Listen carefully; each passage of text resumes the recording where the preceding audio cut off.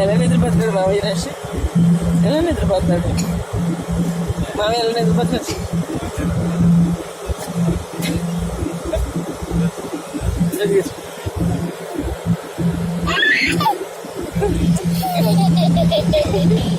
ఎలా నిద్రపోతాడు? చేతులు కట్టుకుని నిద్రపోతాడు కదా.